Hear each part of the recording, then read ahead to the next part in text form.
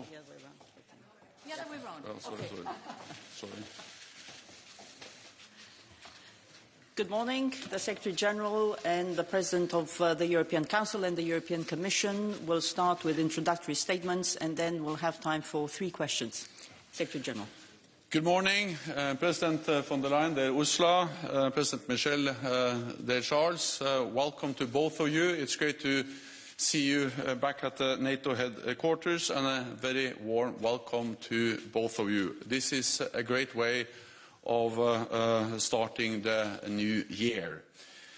We have just signed the 3rd NATO-EU joint declaration to further advance the strategic partnership between NATO and the European Union.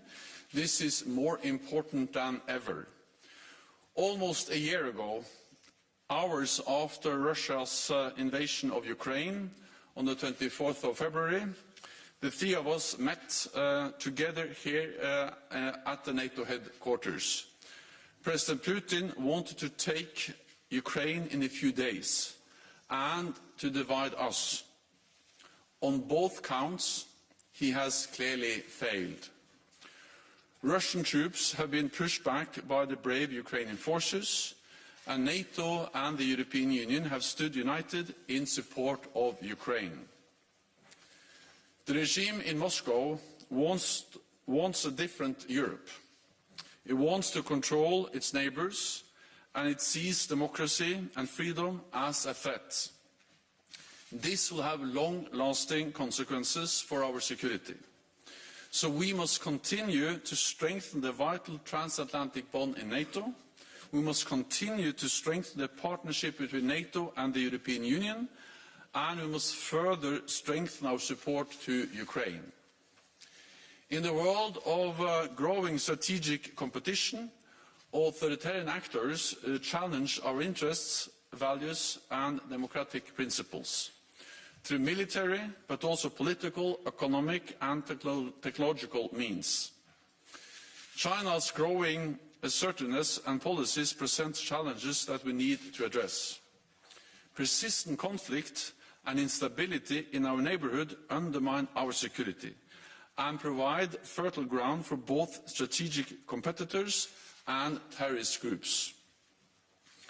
Our declaration makes clear that NATO remains the foundation of our collective defence and remains essential for Euro-Atlantic security. It also recognises the value of a more capable European defence that contributes positively to our security and is complementary to and interoperable with NATO. Today's declaration builds on the previous 2 from 2016 and 2018. Based on these declarations, we have developed concrete actions, and we have reached unprecedented progress in our cooperation. We are determined to take the partnership between NATO and the European Union to the next level, to address in particular the growing geostrategic competition, resilience issues and the protection of critical infrastructures, as well as emerging and disruptive technologies, space, the security implications of climate change, foreign interference and information manipulation. Our partnership will become even more important once Finland and Sweden become full NATO members. With their accession, NATO will be protecting 96% of the citizens in the European Union and a higher share of its territory than ever before. We encourage the fullest possible involvement of the NATO allies that are not members of the EU in its initiatives, and we encourage the fullest possible involvement of EU members that are not part of the alliance in its initiatives. So, dear Ursula, dear Michel, dear Charles, thank you for your personal commitment and your leadership in taking our cooperation forward. So then I pass the floor to you, President Michel. Thank you, dear Ursula, dear Jens, ladies and gentlemen. Good morning. Strong allies make strong alliances. The European Union and NATO, we have evolved and grown in parallel over the years. Our organizations are close, our histories are intertwined. 21 of the 27 EU member states are members of NATO, and 23 if we count Sweden and Finland. And EU member states represent the majority of NATO countries. The EU and NATO, we share the same common values of freedom and democracy, and we share the same goal: peace, freedom, and prosperity for our people. Russia's war against Ukraine has had two unintended consequences. It has strengthened both our organizations, the EU and NATO, and it has brought us closer together. First, we are stronger. NATO has reinforced its presence in Eastern Europe, and it will have two new members, Sweden and Finland. Putin wanted less NATO, but he has achieved the opposite. He will have more NATO, and he will have more EU. We are also getting stronger. We are speeding up the enlargement process with the Western Balkans, and we took the historic decision to grant candidate status to Ukraine and Moldova, and the European perspective to Georgia. And we are reinforcing our European defense. For the first time in history, we provided little military equipment to Ukraine through our European Peace Facility just a few hours after the start of the war. So far, we have reached more than 3 billion euros, in addition to the massive military contributions of our member states. Since day one, we have stood by the people of Ukraine with strong military, financial, diplomatic, and political support. Together, the EU and its member states have contributed nearly 50 billion euros. And second, Russia's war against Ukraine has brought the EU and NATO closer together. In fact, we are closer today than ever. Both our organizations have recently raised our ambition by upgrading our strategies for our future security, the EU strategic compass and NATO strategic concept. Our organizations are complementary. NATO is and remains the foundation of collective defense and essential to Euro-Atlantic security, and the EU is determined to contribute more effectively to global and transatlantic security.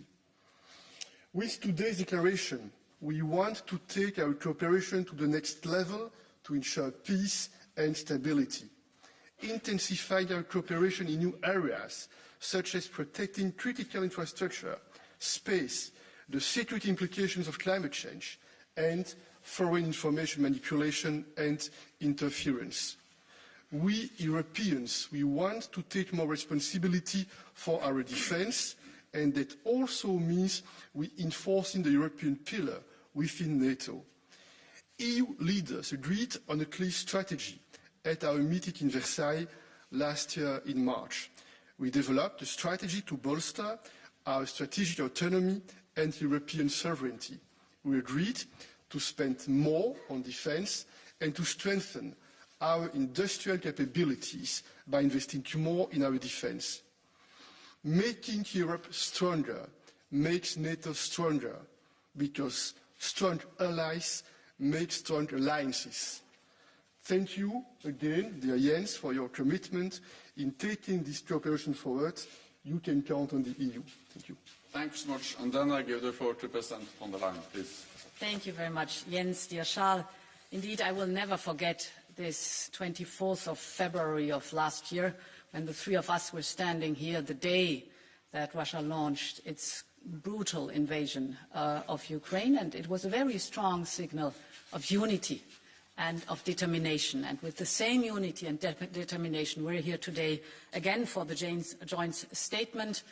The eyes of the world were locked on Ukraine's eastern front last year when Russia started the war, but they were also looking at us here in Brussels, scrutinizing our preparation and our reactions. And that day, the world saw how strongly united we were, and we still are, together in the support of the Ukrainian people, but also against Russia's imperial war. Since then, our unity and resolve have only grown stronger. We have already been very close partners, of course, before Russia's brutal war. So we have been testing and coordinating our crisis responses through many, many exercises we've had together. We have increased our cooperation against cyber attacks, for better military mobility, to fight disinformation, or by addressing the hybrid attacks against Latvia, Poland and Lithuania organized by the Lukashenko regime. I remember a joint travel to the region with you, Jens. By the times we're living in, we know that we have to strengthen and now deepen this more than 20-year-old partnership, because Europe's security is challenged and it is under threat. And this is also reflected in the wish of Sweden and Finland to join NATO. We look very much forward to Sweden and Finland becoming NATO members soon. It's also reflected in Denmark's abolishment of the opt-out clause related to EU defence. All this shows we are aware of the challenge, but we're able to stand up against it. The Russian threats and challenges are the most immediate, but they are not the only ones. We also witness China increasingly attempting to reshape the international order to its benefits. So we must bolster our own resilience. And with this new joint declaration, we are also taking our partnership to the next level. We will deepen our excellent cooperation and expand it to new areas. I would like to look at 4 of them very briefly. The first one is that we will further intensify our work on countering hybrid threats and cyber threats, as well as terrorism. We have already a very close cooperation, but we want to broaden and deepen it. The second is we will step up cooperation on emerging and disruptive technology and space. We do a lot already together, but we can do much more. The third domain is we will address the looming security implication of the climate crisis. Sounds a bit far away, but we are fully aware that with the climate crisis and the extreme weather events like droughts and floods, we see more and more the phenomenon of fostering instability with all the consequences of poverty, of unrest, of instability of whole regions, and therefore this is also a point of focus for us together.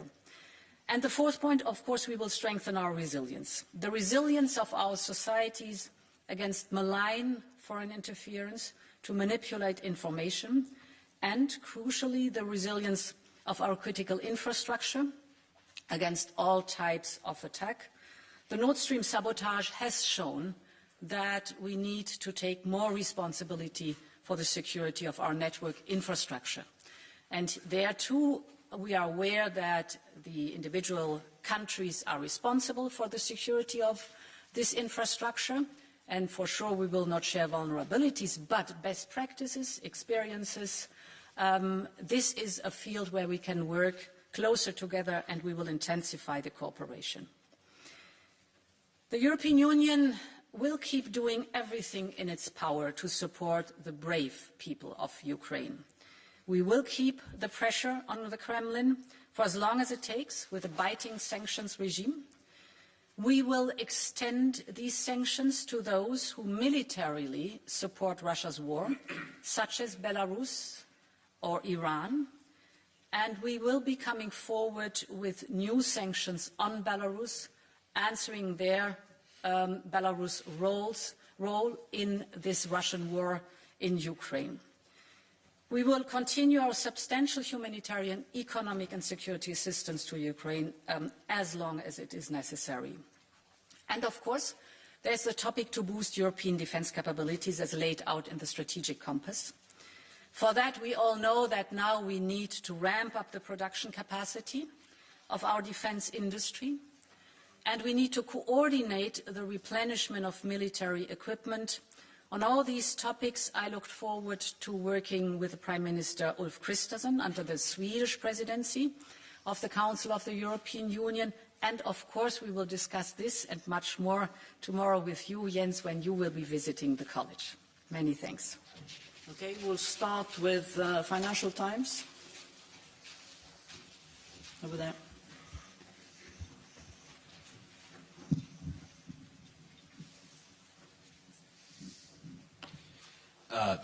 Thank you so much. Henry Foy, Financial Times. A question for President Michel. In October 2021, you said that 2022 would be the year of European defence. You said there would be strengthening of strategic autonomy to reduce reliance on others. Today, you've just signed a document that says stronger European armies are complementary to NATO as the leader in that. Is true strategic autonomy dead, or has it just been put on the shelf for a few more years? And if I may, a question for the Secretary-General. We've heard from the Swedes and the Finns that they think they've done enough, and Turkey should not ask for more. Do you agree? Does Turkey have a right to ask for more steps, or has Sweden and Finland completely done all they can for membership? Thank you.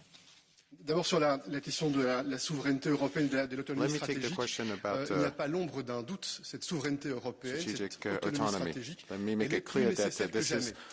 Of the essence and continues to be so, and the European Council has defined the framework for this strategy, for this autonomy in March in Versailles. There are three pillars which are absolutely crucial and which I fully support. The first pillar is energy sovereignty. We're not discussing this here because that is not the topic of the day, but it is something that we work on in the Commission and the Council in order to have a real market, single market here, and have more independence and sovereignty regarding this matter. The second pillar is that of defense and security, and this is where the strategic concept, NATO's strategic concept, complements, supports, and is consistent with another strategic document, which is the EU document, the strategic compass. This does demonstrate that this topic is extremely important to us.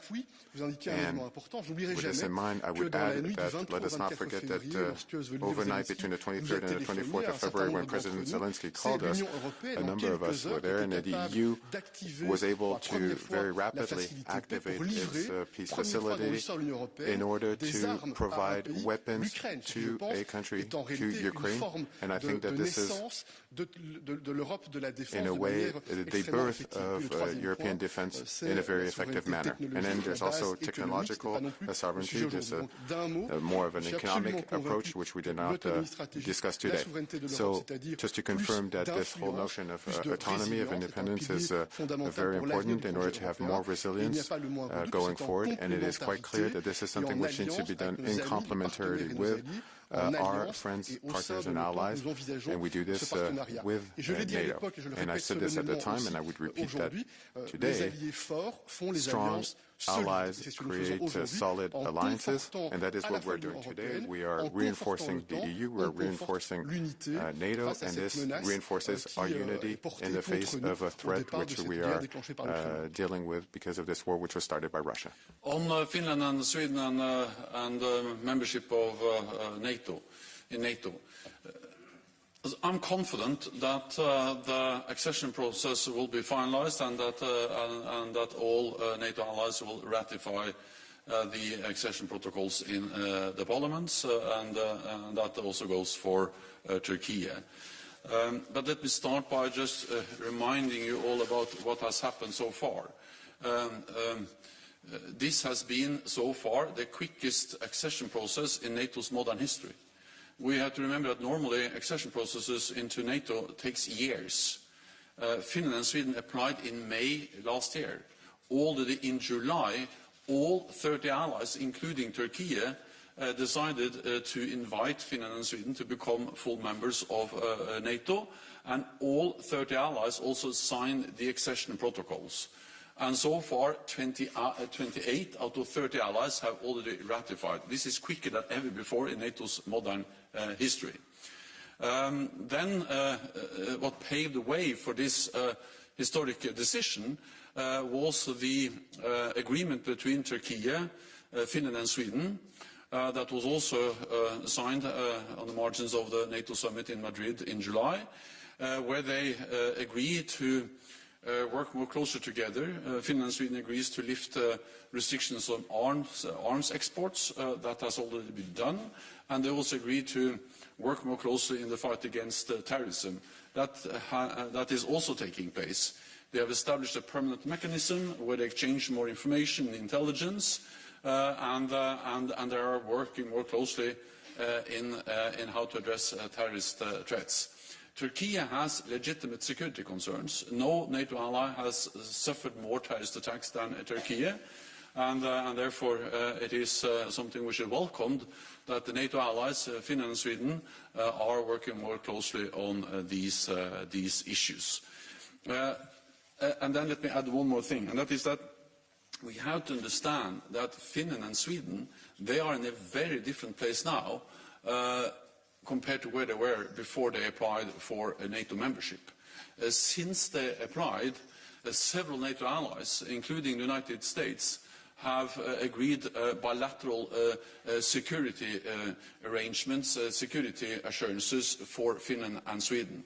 NATO has increased its presence in the region, and as invitees, Finland and Sweden are now participating in NATO's meetings, ministerial meetings, ambassadorial meetings, meetings of different NATO committees, and Finland and Sweden are more and more integrated into NATO's military structures. So it's inconceivable that Finland and Sweden will face any military threat without NATO reacting to that. So I'm saying that I of course see the importance of finalizing the accession process with the ratification in both the Hungarian and the Turkish parliament, but I'm also saying that I'm confident that will happen, and that we have already moved a very long way in a short time with Finland and Sweden. Can I perhaps add a few words on the topic of strategic autonomy? A lot has happened in the last year. And President Michel is right when he said that at the beginning of the year, because strategic autonomy is not only limited to defense, it includes, of course, defense, and strategic autonomy does not say that you do not cooperate. You cooperate with like-minded partners. And the fields in which we have made a lot of progress, the first one is very well known, and this is the vaccine production. So I don't have to explain that, but a big step forward on that we've done during the pandemic. The second field indeed is, or was, our toxic dependency on Russian fossil fuels. We have basically completely gotten rid of it during this year. Coal, completely. We have wind down Russian oil, and more than 80% of the Russian gas has been cut. We have been able, and that's strategic autonomy, to diversify our supply chains to trusted and like-minded partners, and of course to ramp up the own production of energy. We have doubled the deployment of additional renewable energy in the European Union, and this is independence. Renewable energy is not only clean and affordable, but independence. Then we have been working, because we saw a growing dependency on semiconductors, on the CHIPS Act, also a success story. We are preparing the Raw Materials Act, because we see the same challenge what the supply of raw material is concerned, too much focused on one region of the world. And we have developed Global Gateway, also to build up these partnerships with like-minded on the whole energy topic, for example, with the Global South. So a lot has happened in the topic of strategic autonomy. Final point, defense. We are working now with the member states through a task force, jointly with the EEAS and the European Defence Agency, to figure out what are the needs for the replenishment of the stocks, and what does the industry need to cater for it, because it takes two here, not only the demand, but also, of course, the supply side. And this is another step forward in organizing and harmonizing a European common defense answer. Okay, we'll go to the Ukrainian news agency, Ukrinform. Thank you for the floor. Dmitry Shkurko, National News Agency of Ukraine. I want to mention that Ukrainians are grateful very much to both organizations, both to EU and NATO, for practical solidarity. My question is that the both organizations now have the common problem of depletion of military stocks, because nobody expected the war in Ukraine of such a scale. My question is, what is the practical cooperation between NATO and EU in filling that gap? And the second part of the question, as the Russians now mobilize reservists and preparing some kind of a future advance, will EU and NATO be able to be in time and prepared to assist Ukraine in this battle which could be decisive? Thank you. Maybe I could start by saying that you are right that NATO allies and EU members have depleted their stocks to provide support to Ukraine, and that has been the right thing to do, because this is also about our security, and of course we need to use our capabilities, our stocks, our ammunition to support Ukraine. And I've also been asked, and I've told NATO allies that if they had to choose between meeting all the NATO guidelines on stocks, on capabilities, or to support Ukraine, it's more important to support Ukraine. And therefore, we have been able to provide an unprecedented level of support to Ukraine over many months. But of course, when we are depleting our stocks, there is only one long-term solution to that, and that is to produce more. And that's also the reason why NATO defense ministers took decisions to increase our stockpiles of munitions and equipment when they met last fall. We have also a long-standing defense planning process and capability targets for each and every ally, including stocks and ammunition, and we are revising them to ensure that we have enough stocks both to protect our own territory but also to provide support for Ukraine.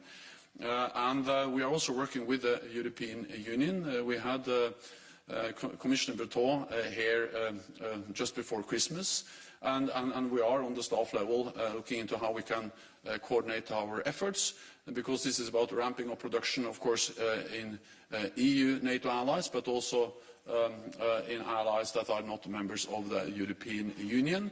And we have engaged directly with the industry, and they are now ramping up production. The aim is, of course, to ensure that we can continue and also strengthen our support to Ukraine, because we have seen that Russia has suffered big losses in Ukraine due to the brave Ukrainian soldiers and the professionalism and the dedication of the Ukrainian armed forces, but we should not underestimate Russia. They are mobilizing more troops. They are working hard to acquire more equipment, more ammunition, and they have shown a willingness to actually suffer but continue the war. And there is no indication that President Putin has changed the overall aim of his brutal war against Ukraine. So we need to be prepared for the long haul. We need to continue to support Ukraine. And again, it is an extremely important message that we are sending today with the declaration, with the two presidents here present with me, that we stand united, NATO and the European Union, in our support to Ukraine. We're running out of time, but we'll take one third question, which is DPA. Thank you. Ansgar Hase, German press agency, DPA. A quick question to all of you on the ongoing discussions on weapon deliveries to Ukraine. Do you support member states that are considering sending Western main battle tanks like the Leopard 2 or the Challenger 2 to Ukraine? Or do you fear that there's a huge risk of escalation? Thank you. I have said many times since the beginning of Russia's invasion in Ukraine that I think that Ukraine should get all the necessary military equipment they need and they can handle to defend their homeland. And this means, of course, advanced air defense systems, but also other types of advanced military equipment, as long as it is necessary to defend Ukraine, because they also defend the basic principles of the UN Charter, of the fundamental rights and of the international law. And I've said that at the very beginning of Russia's war, and I have still this position, of course. Let me just add that, that what we have seen is that we, NATO allies, EU members, have provided Ukraine also with advanced weapon systems since the war started. And I welcome the new announcements just over the last days by the United States, Germany, France, to also provide new types of armored vehicles, infantry fighting vehicles and other types of armor to Ukraine. This is important. There is a constant consultation within the alliance between the NATO allies, but also with Ukraine. We will meet next week in Ramstein in the US-led contact group to provide support to Ukraine, and there we will meet with the Ukrainian defense minister to discuss exactly what types of weapons are needed and how can allies provide those weapons. So in addition to armor, we have also provided advanced air defense systems, as President von der Leyen Ursula just referred to, and also long-range missiles with the HIMARS. And all these systems are making a huge difference on the battlefield every day.